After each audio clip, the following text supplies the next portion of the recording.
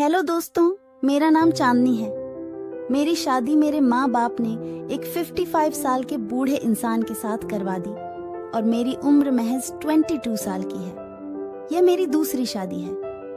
मेरी पहली शादी के कुछ दिन के बाद ही मेरे पति का देहांत हो गया था। सभी लोगों ने मेरे बाबा को यही कहा कि अभी तो इसकी पूरी जिंदगी पड़ी ढी हुई है, इसलिए इसकी दूसरी शादी करवा दो। क्योंकि मैं एक विधवा थी, इसलिए मुझे कोई दूसरा लड़का डहाका नहीं मिल रहा था। इसलिए मेरे बाबा ने एक 55 साल के व्यक्ति के साथ मेरी शादी करवा दी। मेरे पति अधिकतर अपने काम के सिलसिले में व्यस्त रहते थे और जैसे ही जब काम से वापस आते हैं तो थकान का बहाना बनाकर सो जाते हैं। मैं अपने पति के बिना अकेली बिस्तर पर तड़पती रहती हूँ। मुझे पति का सुख कभी भी नहीं मिला, क्योंकि मेरा पहला पति तो कुछ ही दिनों के बाद मर गया था और अब मेरा दूसरा पति मुझे पति का प्यार दे ही नहीं पाता। मुझे वैसे तो दिन भर कुछ भी काम नहीं करना पड़ता, क्योंकि घर में एक नौकर रखा हुआ है। एक दिन हमारे नौकर की तबीयत थोड़ी खराब हो गई, इसलिए वह अपने बेटे को अपनी जगह कुछ दिनों के लिए काम पर भेज दिया था। अगले दिन जैसे ही हमारे नौकर का बेटा आता है तो उसको देखकर मेरे होश ही उदास जाते हैं, क्योंकि वह दिखने में कतई भी नौकर की तरह नहीं लग रहा था। एकदम गठीला मजबूत शरीर, उस पर से गोरा रंग, काली काली आंखें। वह किसी फिल्मी हीरो से कम नहीं लग रहा था। मैं बहुत देर तक उसको बस ऐसे ही निहारती रही। तभी एकदम से नौकर के बेटे ने मुझे कहा, मालकिन, मैं राजेश काका का बेटा हूँ। पिताजी ने मुझे यहाँ पर काम करने के लिए भेजा है। पिताजी की तबीयत थोड़ी खराब है, इसलिए वह कुछ दिन काम नहीं कर सकते। मैंने राजेश काका के बेटे को घर के भीतर बुलाया और खुद जाकर मैं कुर्सी पर बैठ गई। मैंने राजेश काका के बेटे से काफी इतराते हुए पूछा, तुम्हारा नाम क्या है और तुम्हें काम के सिवाय क्या क्या करना आता है? तभी राजेश काका के बेटे ने कहा, मालकिन, मेरा नाम दिनेश है। मैं घर का सारा कामकाज बहुत ही अच्छे से कर लेता हूँ। तभी मैंने दिनेश की तरफ शरारत भरी हंसी हंसते हुए कहा, अच्छा, घर का काम तो कर लेते हो? ठीक है, लेकिन तुम्हें यहाँ मालूम है ना, घर का काम करने से ज्यादा जरूरी अपने मालिक और मालकिन को खुश करना होता है। क्या तुम अपनी मालकिन को खुश कर पाओगे? तभी दिनेश ने हैरानी के साथ मुझसे कहा, मालकिन, मैं अपना काम पूरी ईमानदारी के साथ करूंगा और कोशिश करूंगा कि आप लोग मेरे काम से खुश रहें। फिर मैंने दिनेश को उसका काम समझा दिया। अपना काम पता चलने के बाद दिनेश फौरन ही अपने काम पर लग गया। मैं अधिकतर बैठी हुई दिनेश को बस ऐसे ही देखती रहती थी। एक दिन मेरे पति को काम के सिलसिले से शहर से बाहर जाना था, लेकिन मेरे पति इस बात से बहुत परेशान हो गए। जब मैंने उनसे उनकी परेशानी की वजह पूछी तो उन्होंने मुझसे कहा कि पहले जब भी मैं काम के सिलसिले में बाहर जाया करता था तो मैं राजेश काका को तुम्हारे पास छोड़ते जाया करता था। मुझे किसी भी तरह की कोई फिक्र नहीं होती थी। राजेश काका का नाम सुनते ही मैंने अपने पति से कहा, अरे कोई बात नहीं, राजेश काका नहीं है तो दिनेश तो है ना।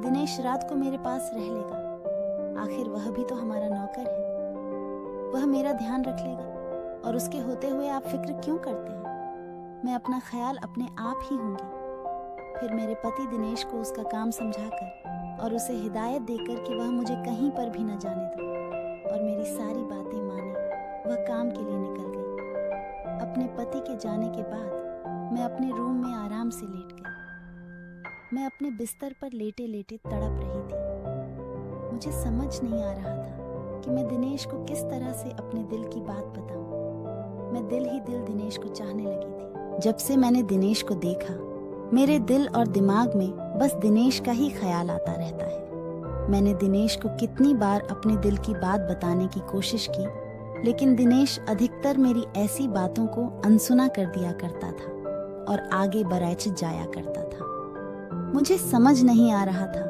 कि मैं दिनेश को किस तरह से अपने नजदीक लेकर आऊं। फिर मेरे दिमाग में एक विचार आया। मैं फौरन अपने बिस्तर से उठी और रूम से बाहर निकलकर सीढ़ियों से उतरने लगी, क्योंकि मेरा रूम ऊपर है और दिनेश नीचे किचन में सोता है। सीढ़ियों से उतरती हुई जानबूझकर सीढ़ियों से नीचे गिर गई और सीढ़ियों से गिरती हुई मैं जोर जोर से चिल्लाने लगी। मेरे चिल्लाने की आवाज सुनकर दिनेश फौरन दौड़ धाता हुआ मेरे करीब आया और मुझे इस तरीके से गिरा हुआ देखकर वह घबरा कर कहने लगा, अरे मालकिन, आपको क्या हुआ?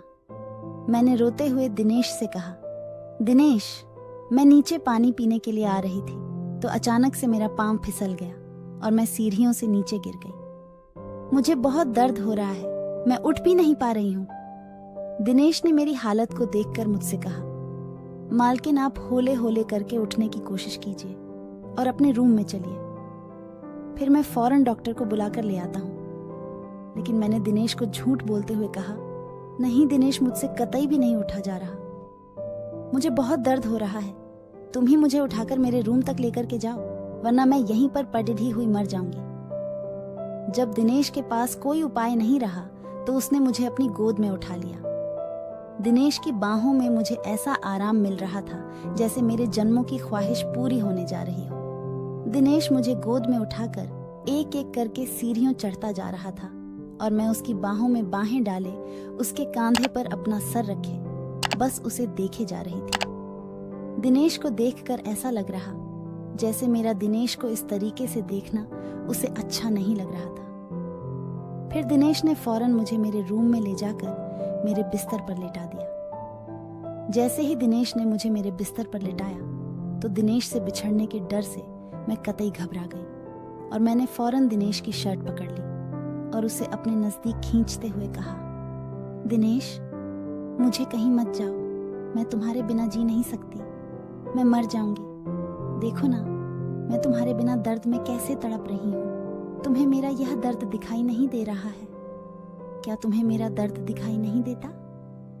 दिनेश ने मेरी एक भी बात का जवाब नहीं दिया और उसने बस खामोश से इतना कहा, मालकिन, मैं जरा जल्दी से जाकर डॉक्टर को बुलाकर लाता हूँ। इतना कहकर दिनेश रूम से बाहर चला गया।